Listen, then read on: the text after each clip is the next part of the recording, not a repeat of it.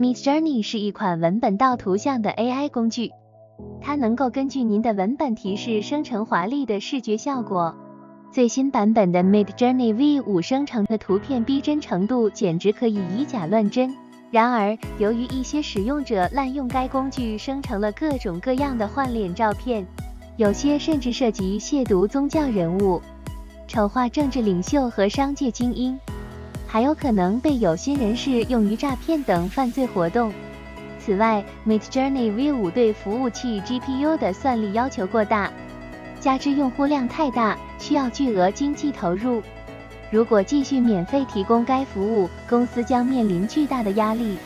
对于那些只想使用 AI 工具生成一张 YouTube 封面图片，但经济能力不允许的用户来说，这无疑是一个坏消息。不过，幸运的是，有一个名为 Leonardo.ai 的工具可以替代 Midjourney。如果需要使用 Leonardo.ai， 需要注册并获得试用资格。因为该工具目前仍处于内测阶段。首先，前往 Leonardo.ai 的官网，具体链接将在简介栏中提供。填写你的电邮地址并单击 Count Me In 按钮。接下来需要等待约2到3个工作日，你将会收到一封邮件，其中包含一个链接。单击该链接即可加入 Leonardo.ai 官方的 Discord 群组。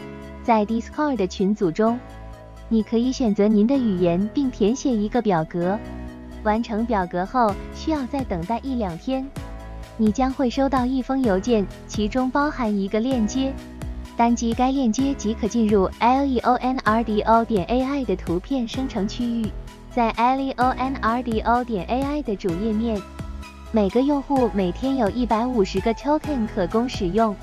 如果今天的 token 用完了，不用担心，明天将又获得150个 token。token 的消耗速度取决于您生成图片的数量和质量等因素。单击 AI Image Generation 开始生成 AI 图片，然后选择要生成的图片数量。生成图片的数量越多，消耗的 token 也就越多。如果想要生成更真实的图片，可以开启 Prompt Magic 功能。这个功能的值越大，生成的图片越真实；值越小，则生成的图片越具有创意。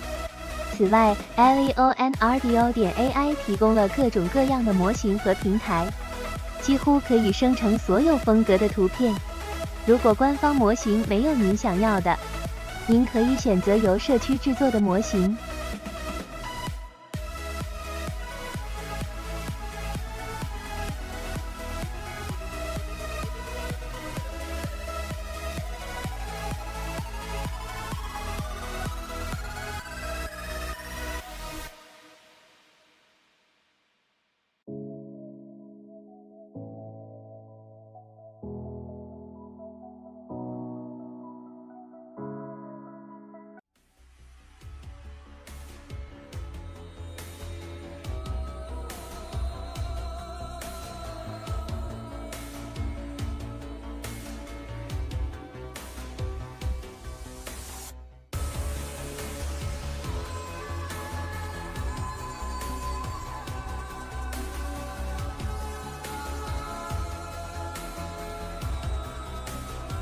如果你像我一样不会写 prompt， 那么可以点击 Prompt Generation， 这里只需要输入您想要生成的对象，例如机器人，系统将会自动生成相应的 prompt。